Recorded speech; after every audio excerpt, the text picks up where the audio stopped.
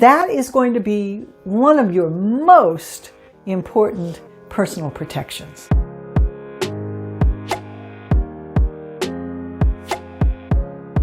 One of the very, very most powerful ways that you can stay protected is through some very simple things like your lifestyle. And what I mean by that is if you live a life that is primarily positive and joyful, there's not much that's going to be able to hurt you because it just doesn't exist in that same frequency. And think of life like a radio station. And on the dial, you've got the lower numbers like 67, and then you've got 107.7 on the other end. And down on the low end of the spectrum, this is where all of the low emotions, and you might want to call it evil, exists. This is the pain and the misery and the anger and jealousy and all that icky stuff, right? And then you move up the dial and you move away from all of that into sort of a neutral zone. And then you move into joy and happiness and gratitude and prosperity. And at the top is love. And love is a frequency. Yeah, I mean, I love chocolate cake, but that's not the kind of love I'm talking about. I'm talking about a vibrational match to the divine. The frequency is like 528 hertz and above. And when you learn and then practice keeping your energy up in those higher realms, there's not much that's more powerful than that. An example that was given to me is you don't have to get rid of evil. So let's say you go into a dark cave and you want to get rid of the darkness. Do you have to make the darkness go away? Is it even possible? No. But what you can do is you can light a single candle. And that brings in the light. And believe me, the darkness dissipates. So living a lifestyle that focuses on joy and gratitude. Look, I know life happens. I know. I get it. Life happens to me too. But finding the good and moving through it and getting back to joy and happiness, that's the kind of lifestyle choices coupled up with some of these practices that you're going to be doing. And whatever your spiritual practice becomes, whether it's meditation or prayer or hanging out in the woods with your favorite tree, whatever your spiritual practices, just keep practicing them. And that is going to be one of your most important personal protections. Staying grounded. If you feel like you're not like in your body, you are susceptible to attack. So do some of those grounding exercises. Get yourself back into your body. Get yourself back grounded so that you are more powerful. Look, if we've got something that's in a non-physical form and you're physical, generally speaking, you've got more power. Now, they're going to try to convince you that it's the other way around through fear, uncertainty, and doubt. But believe me, the reason that they're trying to create those emotions in you is that's what they're feeding off of. They want to disempower you so that they can have more power and get what they want. So staying grounded, staying in those love and above, those are going to serve you well. Okay? Clean up your lifestyle.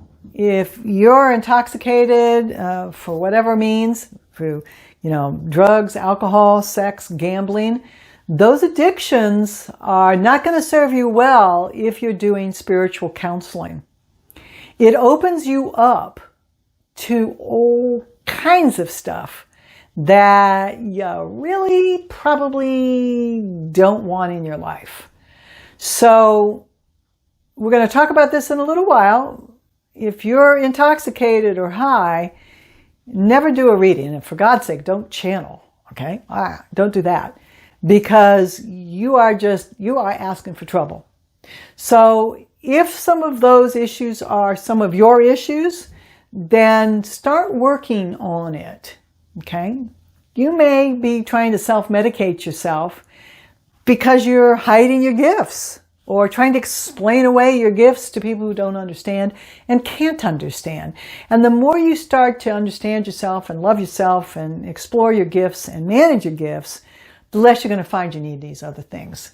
Because you're going to be strong, you're going to be grounded, you're going to understand. You've got answers. You're validated. You're not crazy. Okay?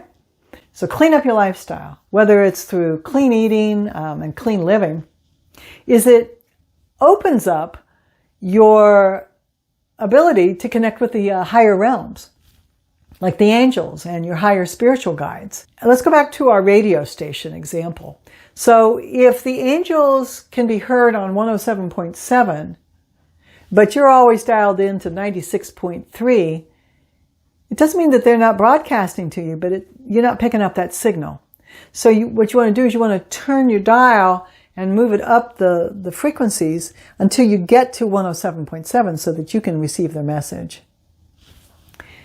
The radio example is a perfect example of why you want to make the commitment to live a healthy lifestyle. Really important thing is you want to establish and maintain healthy boundaries. What are healthy boundaries? If you're an empath like I am, learning how to establish healthy boundaries and then maintain them has been a long journey. A healthy boundary is going to look different for me than it is for you. Let's say you're doing a reading for a client, and this client has some needs.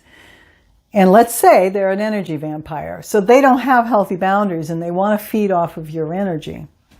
So they start coming to you, you start giving them readings, and they start whining, oh, I don't have any money, but I really need your help. You're so good. You're really helping me.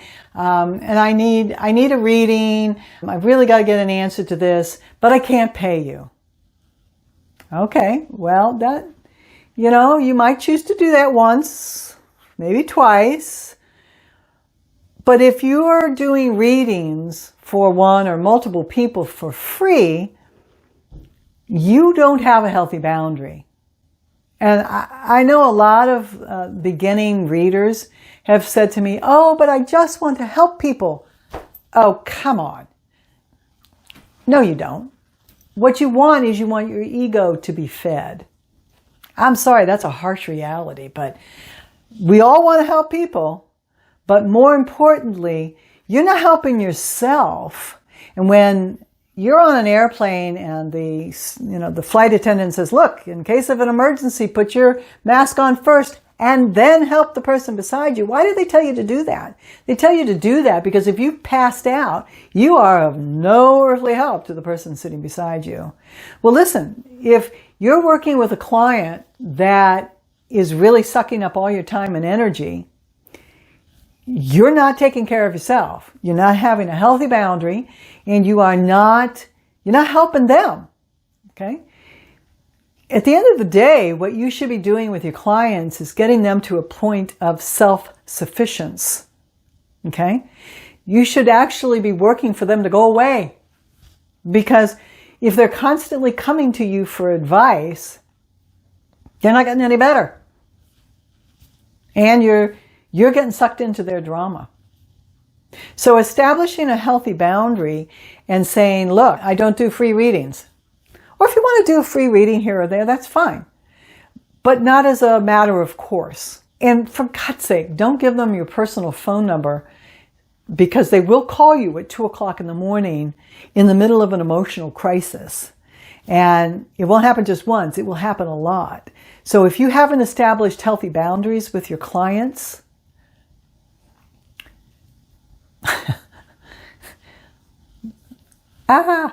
it's going to be a problem. Trust me on this one. Maintaining your healthy boundaries is when they're like, oh, I really need you. Please come and help me. That's a hard one. And I don't mean to sound cold, but let's say you've got 10 clients and they're all very needy and you don't have healthy boundaries and you haven't established some routines with them and you haven't been charging them and you've given them your personal phone number. Pretty soon, you are going to be spending the majority of your time taking care of their issues and there's nothing coming back. And in the world of energetics, the balance has to be there. There has to be a balance between the giving and the taking. Otherwise, it's not sustainable. And if you have a family or you want to have a family or you just want to be healthy, you have to take time for yourself and for your family. And if 10 energy vampire clients are taking you on a wild ride, they're calling you at all hours of the day or night and they're not paying you, believe me, this is not sustainable. So you want to establish healthy boundaries.